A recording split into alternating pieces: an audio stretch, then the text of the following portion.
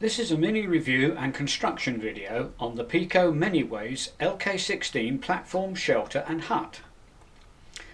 My station, Havant Aclew, on which the shelter and hut will be situated, is set firmly in Southern Region territory in the late 1950s to early 1960s, so the Peco kits are just right.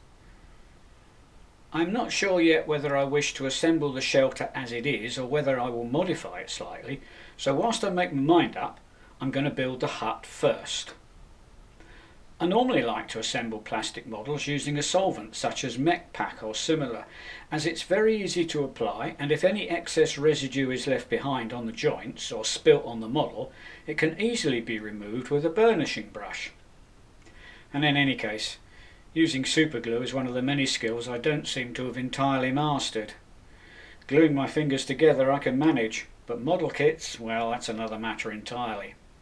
However, in this case I will be painting the various pieces first, so I'm going to try and assemble this kit using super glue. So let's have a look and see what's in the box. The first item out is this very comprehensive set of instructions identifying all the pieces and showing where they go on the respective buildings. There are a fair number of parts, so a brief familiarisation is always a good idea before you start. In this case, as there are two buildings, it's best to make sure which pieces are for the shelter and which are for the hut. The excellent instructions are a great help here. As can be seen, Peco have very kindly produced the kit in Southern Region cream and green colours. So, guess what? I'm going to repaint it in Southern Region cream and green colours. No, it's not just that I'm awkward like that, but there are another couple of reasons why I'm making more work for myself. Firstly, the station building next to which the hut will be placed has already been painted with Precision Paints Southern Region green and cream, so I want the hut to match. And secondly, I'm not a great fan of pre-coloured plastic. I appreciate it makes kits like this easier to build, but to my eye it just doesn't look as good as a painted finish. And this is despite the fact that brush painting is another of the many skills I'm still trying to master. As I mentioned earlier, I decided to build the hut first, and the first stage is to apply primer to the various pieces.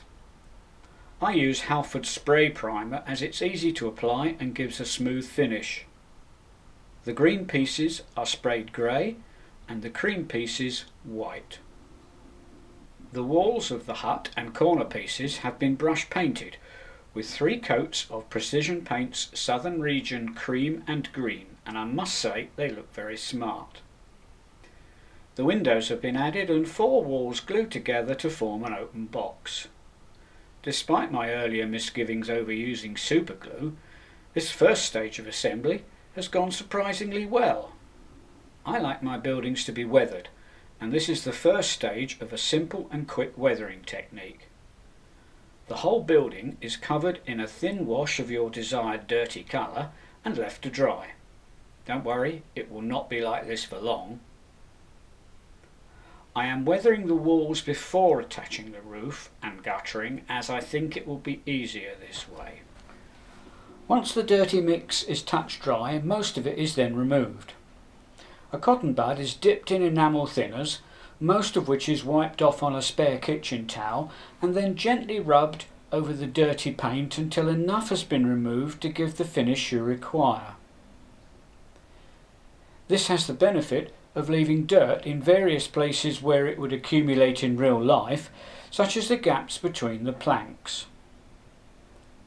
The removal of the dirty mix should be done in a vertical direction, as this will simulate the way water would drain off a real building. At this stage, it looks as though I've overdone the weathering a little, as the gaps between the planks look a little too prominent. Also, the planks themselves look a little too clean. The next stage, to tone things down a little, is to dirty the planks slightly by gently dry brushing them in a horizontal direction. I use the same dirty mix colour as before, but this time it is neat paint, not thinned in any way. An old bristle brush is dipped into the paint and then nearly all of the paint is removed from the bristles onto a clean rag or a paper towel. The brush is then dragged very lightly over the surface of the model. Only a very small quantity of paint should be left on the model, and as with all weathering techniques, restraint is the key. If you are unsure whether you've done enough, stop. Put the model away and let it dry. After a few hours, have a look and see how you feel about it then, and only then decide whether or not to weather some more. It does look very dirty, but that was the appearance that I was after. The dirt and grime that was all too prevalent in the 1950s and 60s towards the end of steam, and once on the layout, I think the building will look about right.